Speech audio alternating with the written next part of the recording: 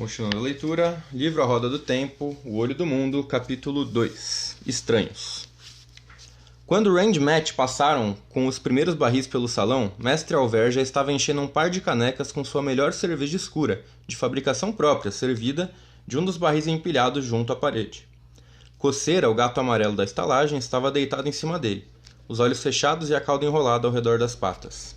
Tan encontrava-se em pé, diante da grande lareira feita de pedras do rio, enchendo um cachimbo comprido com tabaque de uma lata polida que o estalajadeiro sempre mantinha sobre o console plano de pedra. A lareira estendia-se por metade do comprimento do grande salão quadrado, com um lintel de altura do ombro de um homem, e as chamas que nela crepitavam derrotavam a friagem que vinha lá de fora. Naquela hora, da agitada véspera do festival, Rand esperava encontrar o salão vazio, exceto por Bran, seu pai e o gato. Mas 4 outros membros do conselho da aldeia, incluindo Sen, estavam sentados em cadeiras de espaldar alto diante do fogo, canecas nas mãos, a fumaça cinza-azulada dos cachimbos formando guirlandas em cima de suas cabeças. Dessa vez, nenhum dos tabuleiros de pedras estava em uso, e todos os livros de Bran encontravam-se ociosos na prateleira em frente à lareira. Os homens nem sequer falavam, mas olhavam silenciosamente suas cervejas ou batiam as piteiras dos cachimbos nos dentes, impacientes enquanto aguardavam que Tan e Bran se juntassem a eles. A preocupação não era algo incomum ao conselho da aldeia naqueles dias. Não em Campo de Edmond, e provavelmente não na Colina da Vigília, nem em Trilha de Deven, ou mesmo em Barca do Taren, embora ninguém pudesse saber o que a gente da Barca do Taren realmente achava a respeito de qualquer coisa.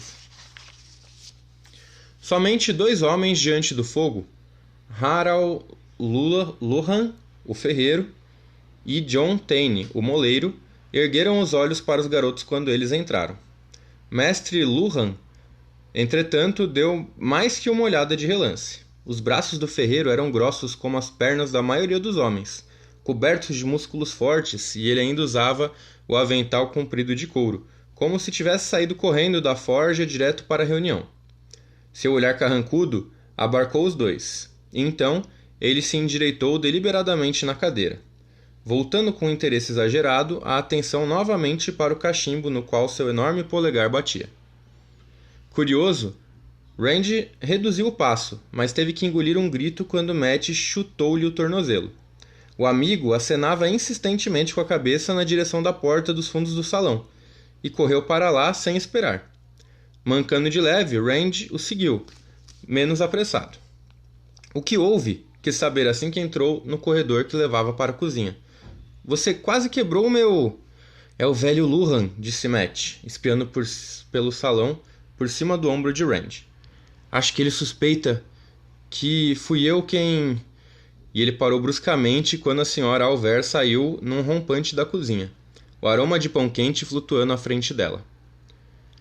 A bandeja em suas mãos trazia alguns pães crocantes, pelos quais ela era famosa em Campo de Edmond, bem como pratos de picles e queijo. Isso subitamente lembrou Rand de que ele só havia comido uma ponta de pão antes de deixar a fazenda naquela manhã. Seu estômago roncou constrangedoramente. Uma mulher esbelta, com a trança grossa de cabelos que já começavam a ficar grisalhos, caída em um dos ombros. A senhora Alver sorriu com ar maternal para os 2. Há mais desses na cozinha, se vocês 2 estiverem com fome. E nunca conheci garotos de sua idade que não estivessem. Nem de qualquer outra idade, para ser sincera. Se preferirem, estou assando bolos de mel agora. Ela era uma das poucas mulheres casadas da região que nunca tentavam dar uma de casamenteira com Tan. Em relação a Rand, seu jeito maternal se expressava em sorrisos afetuosos e um lanche rápido sempre que ele passava pela estalagem. Mas ela agia assim com todos os rapazes do lugar. Se de vez em quando ela o olhava como se quisesse fazer mais, pelo menos não ia além do olhar, e ele se sentia profundamente grato por isso. Sem esperar resposta, a senhora Alver se apressou para o salão. Imediatamente ouviu-se o som das cadeiras sendo arrastadas quando os homens se levantaram, e exclamações quanto ao cheiro do pão. Ela era de longe a melhor cozinheira de campo de Edmond, e não havia um só homem num raio de milhas que, se tivesse chance, não iria correndo se sentar à sua mesa. Bolos de mel, disse Matt, estalando os lábios. Depois, Randy falou com firmeza. Ou não vamos acabar nunca. Um lampião pendia acima da escada que levava à adega, ao lado da porta da cozinha, e outro criava um poço de luz no aposento de paredes de pedra embaixo da estalagem, banindo toda a escuridão, a não ser por uma leve penumbra nos cantos mais distantes. Prateleiras de madeira ao longo das paredes e suportes no chão sustentavam barris de conhaque e cidra, e outros maiores de cerveja e vinho, alguns com torneiras. Muitos dos barris de vinho estavam marcados com giz na letra de Brenalver, indicando o ano em que havia sido comprados, que vendedor os tinha trazido e em que cidade foram produzidos. Mas toda a cerveja e o conhaque eram de fabricação dos fazendeiros dos dois rios, ou do próprio Bren. Mascates e até mesmo mercadores às vezes traziam conhaque ou cerveja de fora, mas esses jamais eram tão bons quanto os locais, além de custarem uma fortuna, e ninguém nunca bebia deles mais de uma única vez. Agora, disse Randy, quando colocavam os barris nos suportes, o que você fez para ter que evitar o mestre Luhan? Matt deu de ombros. Nada, na verdade. Eu só disse a Adam Alcaar e a alguns de seus amigos melequentos, Egwin Fingar e Dag Coplin, que alguns fazendeiros viram cães fantasmas cuspindo fogo e correndo pela floresta. Eles engoliram tudo como se fosse creme de nata. E o mestre Luhan está furioso com você por causa disso? Perguntou Rand desconfiado. Não exatamente. Matt fez uma pausa, depois balançou a cabeça. Sabe, eu cobri 2 cachorros dele com farinha de trigo para que ficassem todos brancos. Então eu soltei perto da casa de Dag. Como é que eu ia saber que eles iriam voltar correndo para casa? Não é culpa minha, de verdade. Se a senhora Luhan não tivesse deixado a porta aberta, eles não poderiam ter entrado. Não é como se eu tivesse a intenção de espalhar farinha pela casa dela toda. Ele deu uma gargalhada que mais parecia um latido. Ouvi dizer que ela botou tanto o velho Luhan quanto os cachorros, todos os 3, para fora de casa com uma vassoura. Rand fez uma careta e riu ao mesmo tempo. Se eu fosse você, estaria mais preocupado com Alsbeth Luhan do que com o ferreiro. A mulher é quase tão forte quanto ele. Só que o temperamento dela é bem pior. Mas não importa. Se andar rápido, talvez ele não repare em você. A expressão de Matt dizia que ele não estava achando graça em Rand. No entanto, quando voltaram pelo salão, não houve a menor necessidade de Matt se apressar. Os 6 homens haviam agrupado suas cadeiras num nó apertado diante da lareira, de costas para o fogo. Tan falava baixo e os outros se inclinavam para a frente para ouvir, tão concentrados nas palavras dele que provavelmente não teriam notado se um bando de ovelhas tivesse passado por ali. Rand queria se aproximar, ouvir sobre o que eles estavam conversando, mas Matt puxou a manga de sua roupa e lhe lançou um olhar agoniado. Com um suspiro, ele seguiu Matt até a carroça lá fora. Quando retornaram ao corredor, eles encontraram uma bandeja no alto da escada, com bolos de mel quentes que enchiam o ar com seu aroma doce. Também havia 2 canecas e um bule de cidra fumegante. Apesar de sua própria advertência quanto a aguardar até mais tarde, Rand se viu fazendo as 2 últimas viagens entre a carroça e a adega tentando equilibrar um barril e um bolo quente. Ao colocar o último barril no suporte, ele limpou as migalhas da boca, enquanto Matt descarregava seu fardo e então falou. Agora, vamos ao Menestrel.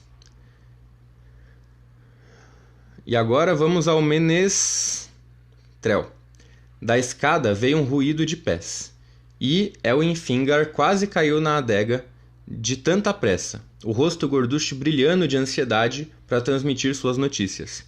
Há estranhos na aldeia! Ele respirou fundo e lhe dirigiu o olhar atravessado a Matt. Não vi nenhum cão fantasma, mas ouvi dizer que alguém cobriu de farinha os cachorros do mestre Luhan. Também ouvi dizer que a senhora Luhan tem lá suas suspeitas de quem fez isso. A diferença de idade que separava Rand e Matt de Elwin, que tinha apenas 14 anos, Em geral, era mais do que suficiente para que eles não dessem muita importância a qualquer coisa que o garoto tivesse a dizer. Dessa vez, porém, os dois trocaram um olhar preocupado, e então começaram a falar ao mesmo tempo. Na aldeia? Questionou Rand. Não na floresta? Enquanto ele ainda falava, Matt também perguntou.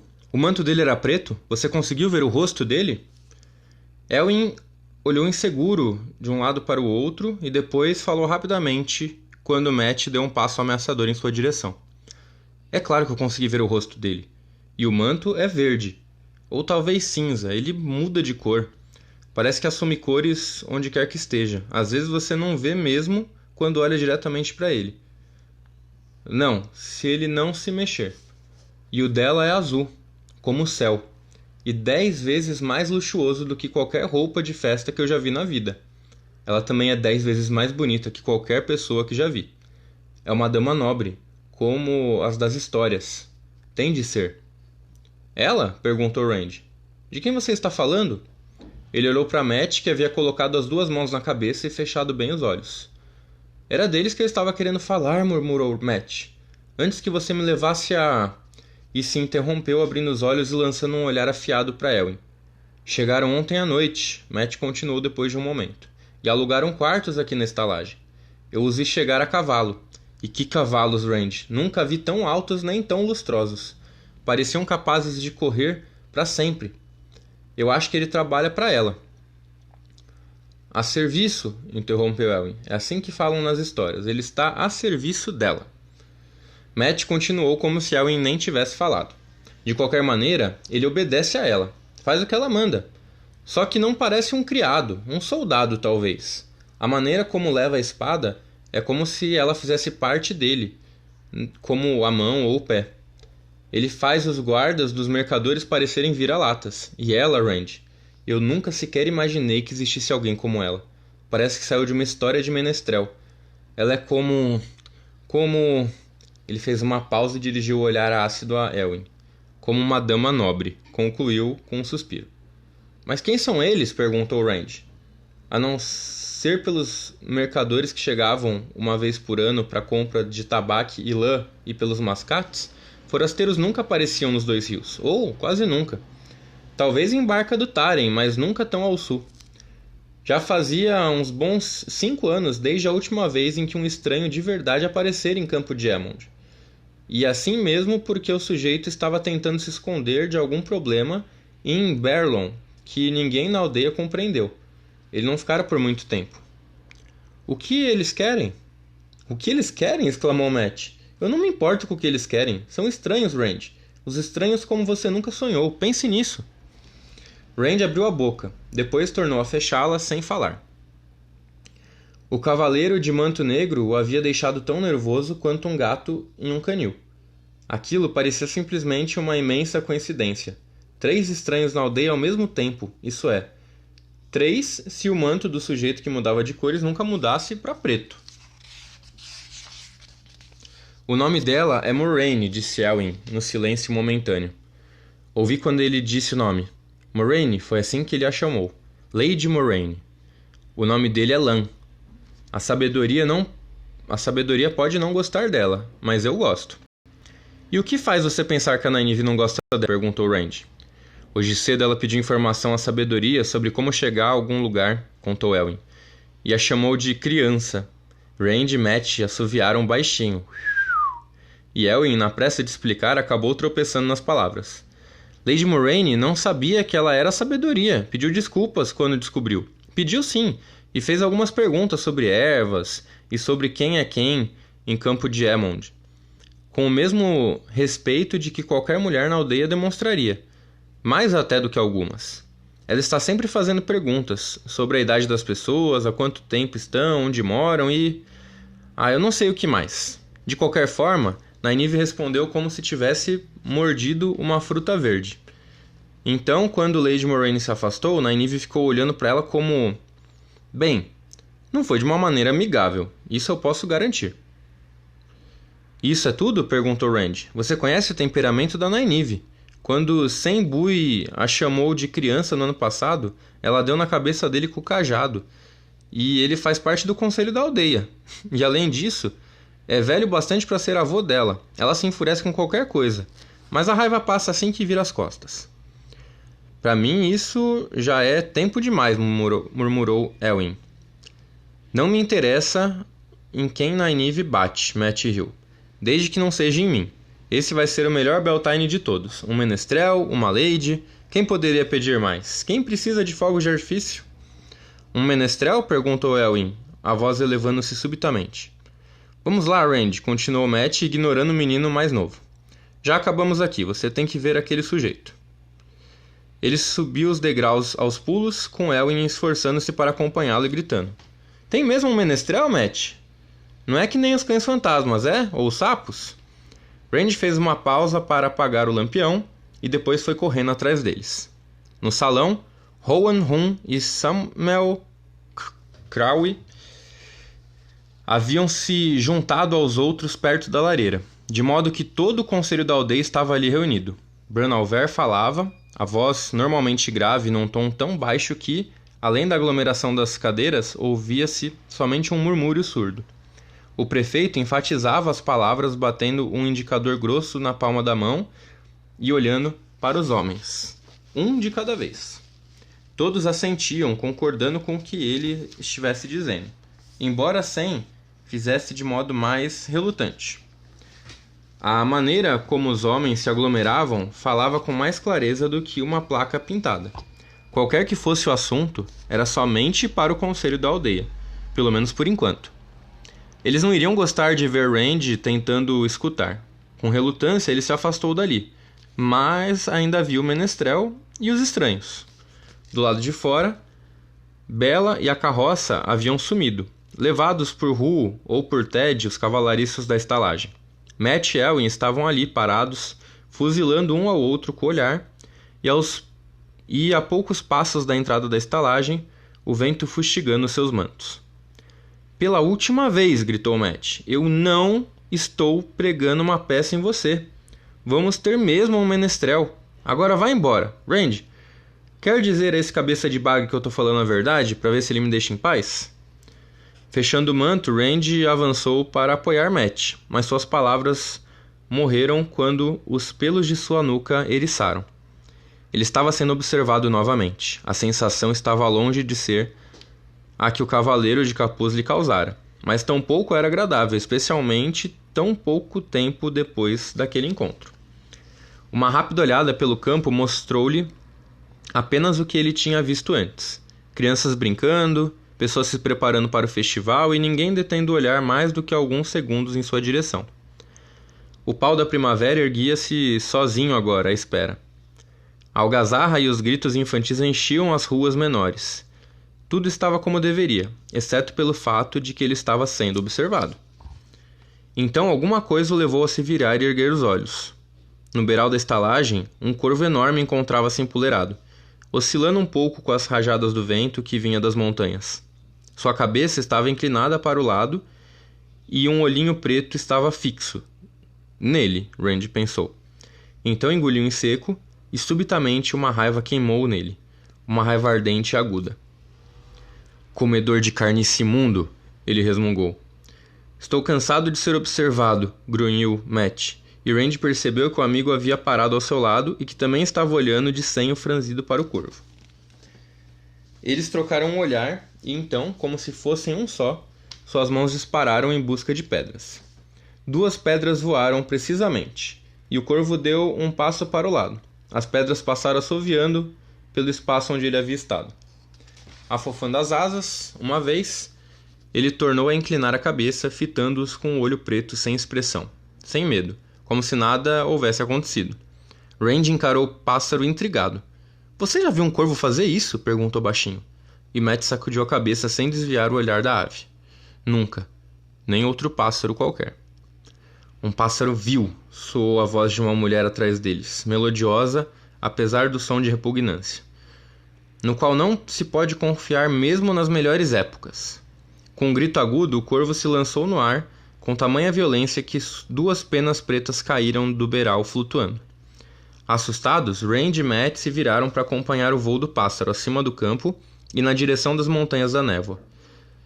com seus cumes envoltos em nuvens erguendo-se além da floresta do oeste, até que ele não passasse de um pontinho no oeste e desaparecesse de vista.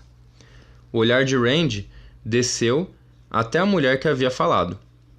Ela também acompanhara o voo do corvo, mas nesse momento se virou e seus olhos encontraram os deles. Rand não podia deixar de olhá-la. Só podia ser Lady Moraine. E ela era tudo que Mat e Elwyn tinham dito. Tudo e um pouco mais. Quando soube que ela chamara Nynaeve de criança, Rand a imaginou mais velha, mas não. Pelo menos ele não conseguia atribuir a ela nenhuma idade. De início achou que fosse tão jovem quanto Nynaeve, mas quanto mais a olhava, mais pensava que ela era mais velha. Havia uma maturidade em seus olhos, grandes e escuros. Um ar de conhecimento que ninguém poderia ter adquirido ainda jovem. Por um instante, achou que aqueles olhos fossem poços profundos, prestes a engoli-lo. Também estava claro que Mat e Elwyn a consideravam uma dama saída de um conto de menestrel. Seu porte era altivo, e havia nela um ar de autoridade que o fazia sentir-se sem jeito e desastrado. A cabeça dela mal chegava ao peito de Rand, mas a sua presença era tal que a sua altura parecia apropriada, e ele se sentia inadequado com o próprio tamanho. Em todos os aspectos, ela não se parecia com ninguém que ele já tivesse conhecido. O capuz largo do manto emoldurava-lhe o rosto e os cabelos escuros que pendiam em cachos suaves. Ele jamais havia visto uma mulher adulta sem os cabelos presos numa trança. Toda garota dos Dois Rios aguardava ansiosamente que o círculo das mulheres de seu vilarejo determinasse que tinha idade suficiente para trançar os cabelos. Suas roupas eram igualmente estranhas. O manto era de veludo azul celeste, com folhas, vinhas e flores, num denso bordado prateado por toda a borda. O vestido cintilava discretamente quando ela se movia num azul mais escuro do que o do manto. Com veios creme, um colar de pesados elos de ouro pendia de seu pescoço, enquanto outra corrente de ouro, delicada e presa em seus cabelos, sustentava uma pequena e reluzente pedra azul no meio de sua testa. Um cinturão largo de ouro trançado envolvia-lhe a cintura, e no segundo dedo da mão esquerda havia um anel de ouro no formato de uma serpente picando a própria cauda. Ele certamente nunca vira um anel assim. Embora conhecesse a grande serpente, um símbolo da eternidade ainda mais antigo que a roda do tempo. Mais luxuoso que qualquer roupa de festa, Elwyn dissera.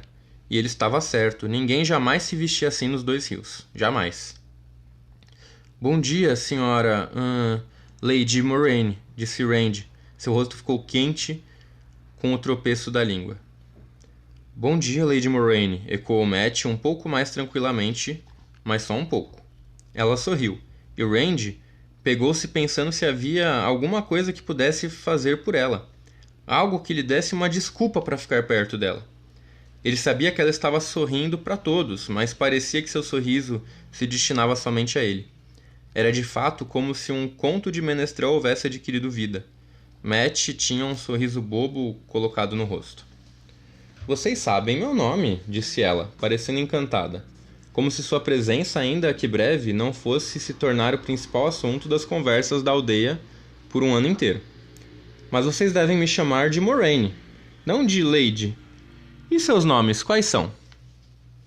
Elwyn deu um pulo para a frente antes que um dos outros pudesse falar. O meu nome é Elwyn Fingar, minha senhora. Fui eu quem contou a ele seu nome. É por isso que sabem. Ouvi Lan chamá-la, mas não estava espionando. Ninguém como a senhora jamais veio ao campo de Edmund. Um menestrel está na aldeia também para o Beltane, e hoje teremos a noite invernal. A senhora vai à minha casa? Minha mãe fez bolos de maçã. Terei de ver, ela respondeu, pondo a mão no ombro de Elwyn. Os olhos dela cintilaram, divertidos, embora ela não desse nenhum outro sinal de agrado.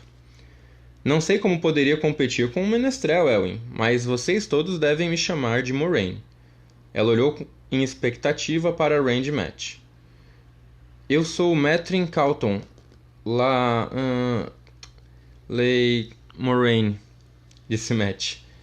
Ele fez uma mensura dura e desajeitada, e estava com o rosto vermelho quando se endireitou. Rand estava se perguntando se deveria fazer algo parecido, do jeito que os homens faziam nas histórias, mas, com o exemplo de Matt, simplesmente disse seu nome.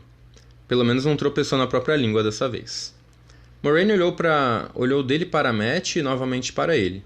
Rand achou que o sorriso dela, uma simples curva nos cantos da boca, era agora do tipo que Egwene exibia quando tinha um segredo. Talvez eu venha a ter algumas pequenas tarefas esporádicas enquanto estiver em campo de Aemon, ela disse. Quem sabe vocês não estejam dispostos a me ajudar?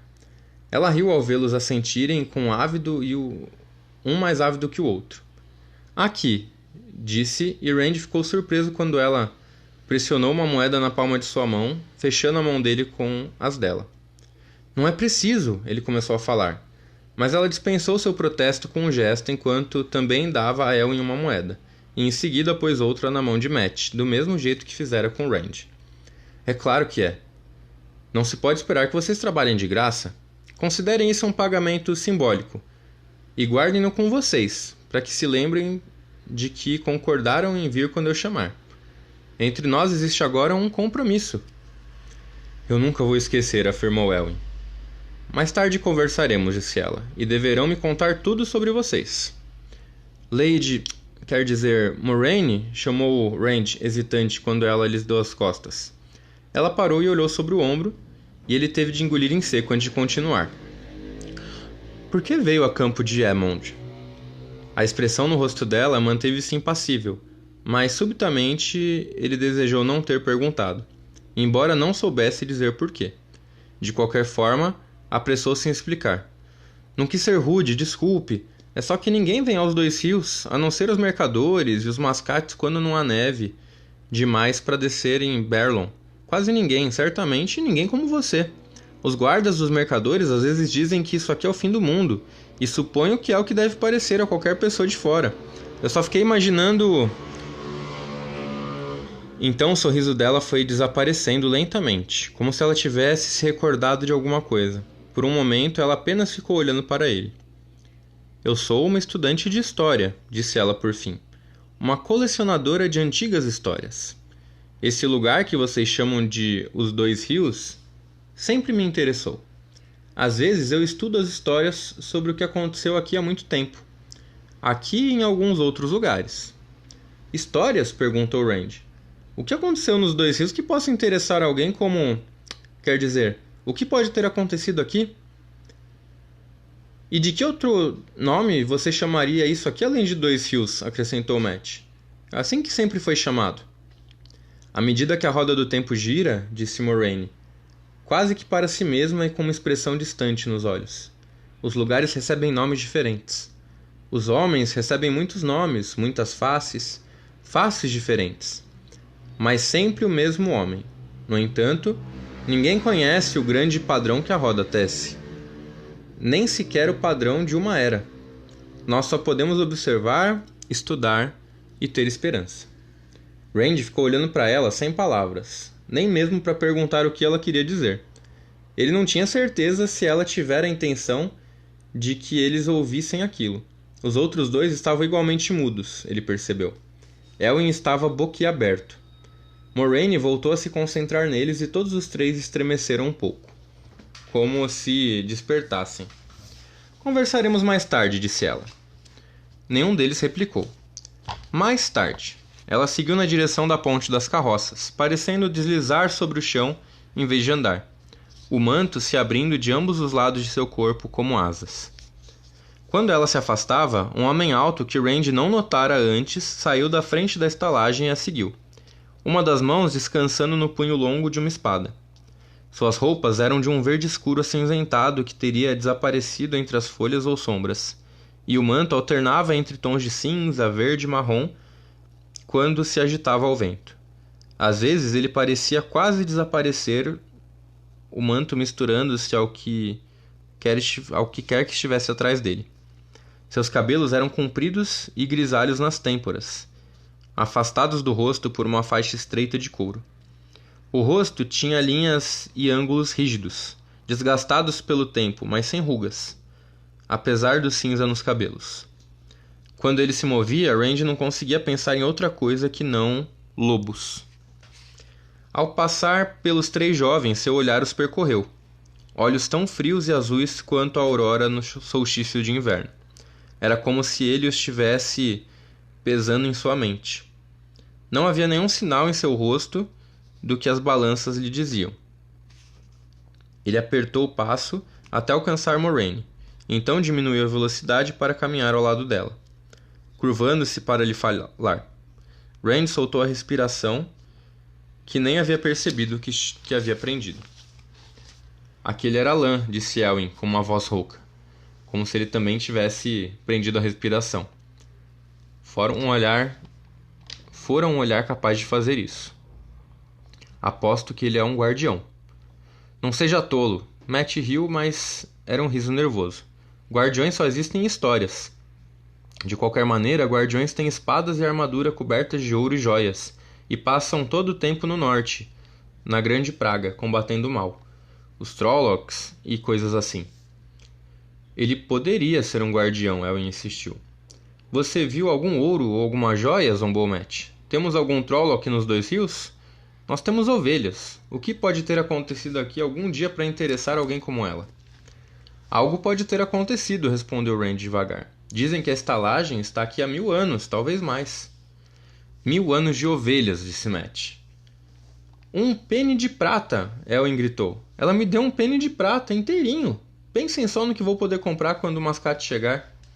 Rand abriu a mão para olhar a moeda que ela lhe dera e quase a deixou cair de surpresa. Não reconheceu a moeda grossa de prata com a imagem em relevo de uma mulher equilibrando uma única chama na mão, com a palma erguida para o alto, mas ele havia observado Bran Alver pesar as moedas que os mercadores traziam e uma dezena de terras, e tinha uma ideia do seu valor. Tanta prata assim compraria um bom cavalo em qualquer parte dos 2 rios, e ainda sobraria algum dinheiro.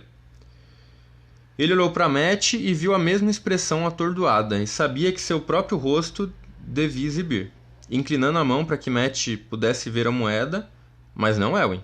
Ele ergueu a sobrancelha em interrogação. Matt assentiu, e por uns minutos eles ficaram olhando um para o outro, perplexos e maravilhados. Que tipo de tarefa ela nos pedirá? Perguntou Rand por fim. Não sei, disse Matt com firmeza. E não me interessa. Também não vou gastar esse dinheiro. Nem mesmo quando o mascate vier. E enfiou a moeda no bolso do casaco. Assentindo, Rand lentamente fez a mesma coisa. Não sabia ao certo porquê, mas por alguma razão, o que Matt dissera parecia correto. A moeda não deveria ser gasta, não tendo vindo dela. Ele não conseguia pensar em nenhuma outra utilidade para a prata, mas... Vocês acham que eu deveria guardar a minha também? A angústia e a indecisão coloriam o rosto de Elwyn. Só se você quiser, respondeu Matt. Eu acho que ela deu a moeda para você gastar, disse Rand. Vou guardar, disse ele meio triste. Ainda temos o menestrel, lembrou Rand, e o rosto do menino se iluminou. Se ele acordar algum dia, acrescentou Matt. Rand, chamou Elwyn. Tem mesmo um menestrel? Você vai ver, respondeu Rand com uma risada. Estava claro que Elwyn só ia acreditar quando pusesse os olhos no menestrel. Ele vai ter de descer mais cedo ou mais tarde. Gritos vieram na direção da ponte das carroças e quando Rand olhou procurando motivo, sua risada ficou ainda mais espontânea. Uma multidão crescente de aldeões, de velhos grisalhos a criancinhas que mal sabiam andar, escoltavam um carroção alto rumo à ponte. Um carroção imenso puxado por 8 cavalos, de cuja parte externa da lona arredondada pendiam sacos que pareciam cachos de uvas. O mascate havia finalmente chegado. Estranhos e um menestrel, fogos de artifício e um mascate. Aquele seria o melhor Beltane de todos. Fim do capítulo 2.